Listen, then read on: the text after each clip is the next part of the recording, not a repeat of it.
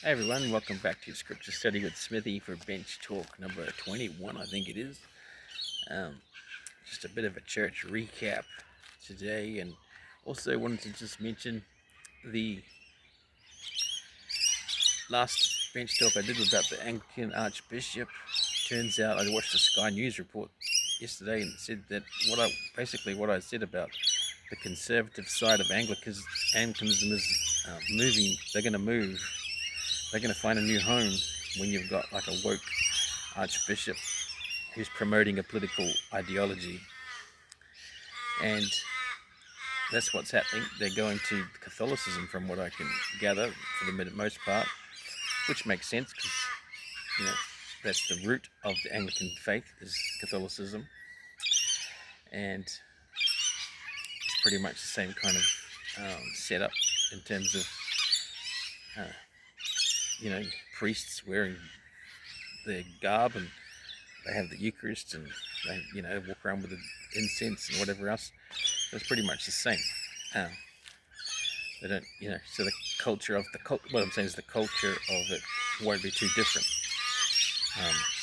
I'm sure there's other churches that they're going to as well, who are a bit more family orientated, conservative in their base, which is interesting. So I wonder, we do a census on the Anglican Church in a couple of years and see how the numbers have changed. But the other thing was, so I went to church yesterday, Palm Sunday, great day, and it's good to hear one of the speakers talk about Palm Sunday and the Lord's triumphal entry into Jerusalem on the donkey and laid out the palms, and the Lord ended up in the temple chasing away the money changers. Yeah, so that was good to be reminded of that. And as we start Holy Week, so this is the Monday, it's part of Holy Week. So yesterday I also got to share my testimony of the gospel, and it was the first time I sat down afterwards and I was physically shaking. There's been times before when I felt like my heart was kind of up and I was like very fired up, but yesterday was a different story. Yesterday I was really fired up because what I took, this is just a recap of what I spoke about. So let me just change hands. I'm getting this on. So just to recap, what I spoke about was just briefly, we talk about Jesus being all loving and kind and compassionate, and if we focus on that too much, we can miss a lot of the other stuff that's in the New Testament that we can learn from and apply to our time now, right? So what I highlighted was, there were people at the time who considered Jesus to be a cult leader, and if they got rid of him, it would squash his movement, right? And so there was a lot of conspiracy going on behind the scenes about trying to catch Jesus, and catch him out in his words, make him blaspheme, make him say something that was gonna, be contrary to the laws,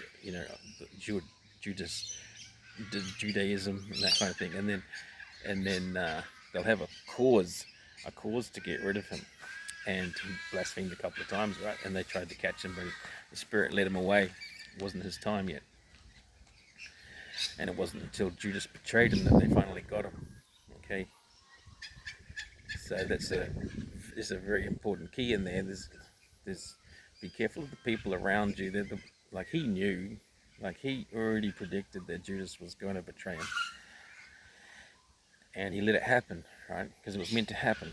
But the same with, well, we can apply this to us. It's like there's people out there who want to catch us in our words and our faults and make us appear to be bad people or worse than what we are, and then they'll concoct a conversation or gotcha questions to try and catch you out. And then once they catch you out, they've got a cause to nail you to that cross. You can see it in the public square all the time with the media. That's what they do, and it's terrible. It's terrible, terrible, terrible. That's why I got out of journalism. That culture in journalism is not right. You're supposed to be reporting on facts, and it's all become opinion and speculation. Anyway, the other thing I mentioned was, okay, so they saw Jesus as a cult figure.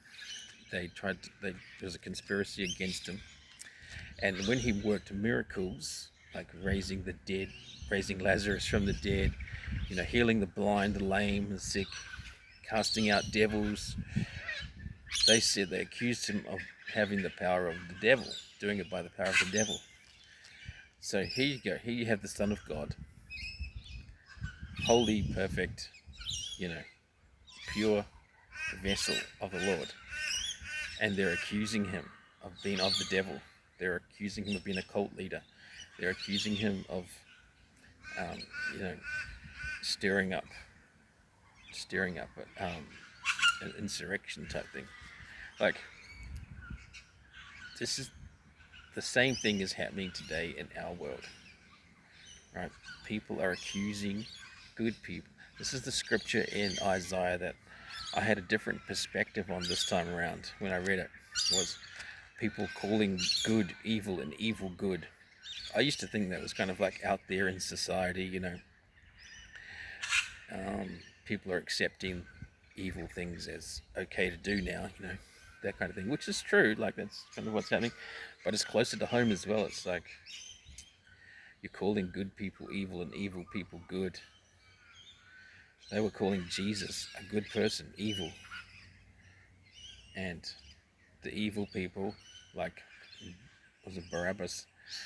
They let him free, like they wanted him free because he was the one who was going to cause trouble with the Romans or something. I don't know, but you know what I mean. Like, there's different meanings to that scripture, and it's good to see. It's good to understand it a bit better, and we can apply that to our day.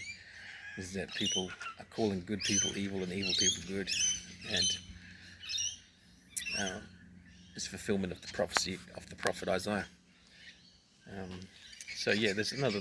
So there's kind of one thing, a thread that went through my testimony yesterday, was that we need to be careful who we listen to, and if we're not falling into that trap of being just like those people, the scribes, the Pharisees, the Sadducees, who were trying to bring down good people instead of being humble and teachable, willing to accept what the Lord has to say. So this is the key point in Clement's writing to the Corinthians as well, is that we need to be humble and teachable and willing to submit to the Lord and do His will, and to believe, to believe, and to earnestly strive to, overcome the world, overcome ourselves, and to embrace those promised blessings that God has in store for us. And that's what I've been covering in the last few videos, and it's just a really powerful message, And big thank you to all the new subscribers that's tuning in. Really appreciate it. Sorry about the noisy birds. Just out for a walk while it was sunny. It looks like it's going to rain again, so we're going to head home now. But yeah, it's great to be able to share my testimony yesterday. And I share it without really sharing it on my channel. The fact that I'm talking about this stuff is a testimony, so,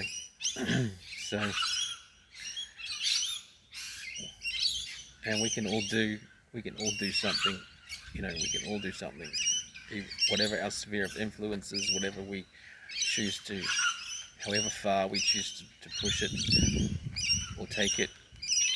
If it's just with our own families and friends, that's great.